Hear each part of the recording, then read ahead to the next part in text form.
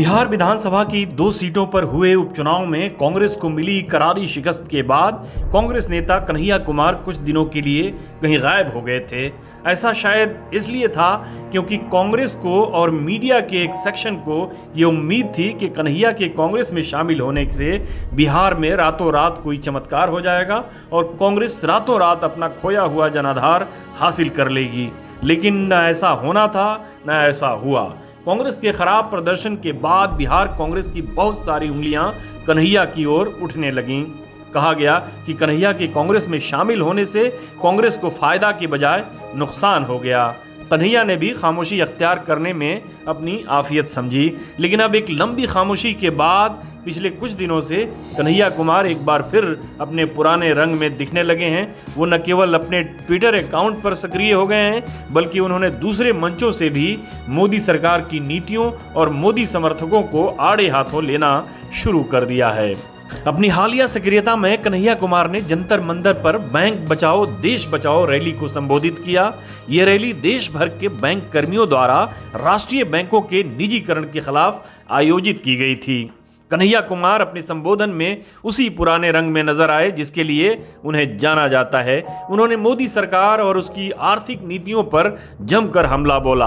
अपनी बातों से उन्होंने आम आदमी की दुखती रग पर हाथ रखने की कोशिश की। उन्होंने वही बातें की जिनसे आजकल एक आम आदमी जूझ रहा है। चूंकि मामला बैंक कर्मियों का था इसलिए उनका हमला भी बैंक से संबंधित था। उन्होंने कहा कि कैसे लोगों के बैंक अकाउंट तो खुलवाए गए लेकिन उसके बाद कैसे हर निकासी पर पैसे की वसूली की जा रही है।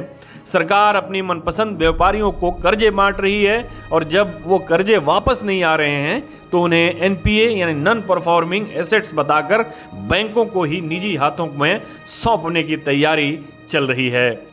मोदी को आड़े हाथों लेते हुए कन्हैया ने प्रधानमंत्री नरेंद्र मोदी को ही सबसे बड़ा एनपीए करार दे दिया। हालांकि ये अलग बात है कि कांग्रेस के नेतृत्व वाली यूपीए शासनकाल में भी ऐसे कर्जे दिए गए जो बाद में एनपीए बन गए। अपने दूसरे ट्वीट में उन्होंने रेलवे के परीक्षार्थियों का मुद्दा उठाते हुए कहा कि अब की बार इस धोखेबाज सरकार की मंशा बिल्कुल स्पष्ट है। इन्होंने तय किया है कि न रहेगा बांस न बजेगी बांसुरी, न रहेगा रेलवे न देनी पड़ेगी सरकारी नौकरी।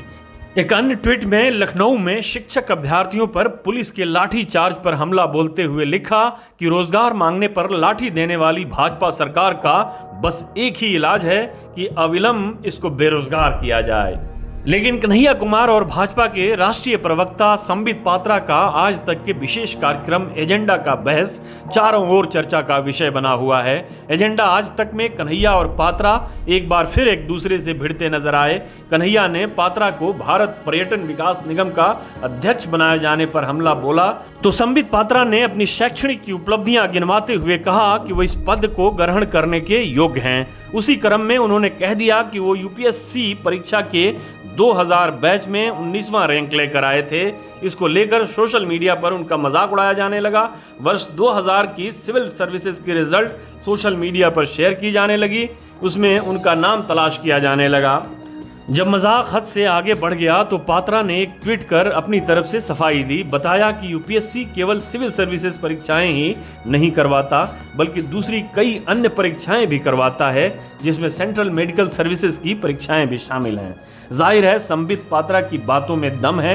उन्होंने ये कभी नहीं कहा कि वो सिविल सेवा परीक्षा में 19वीं रैंक लेकर आए थे, लेकिन सोशल मीडिया पर एक बार जो बात निकल जाती है वो बहुत दूर तक जाती है और देर तक कायम रहती है।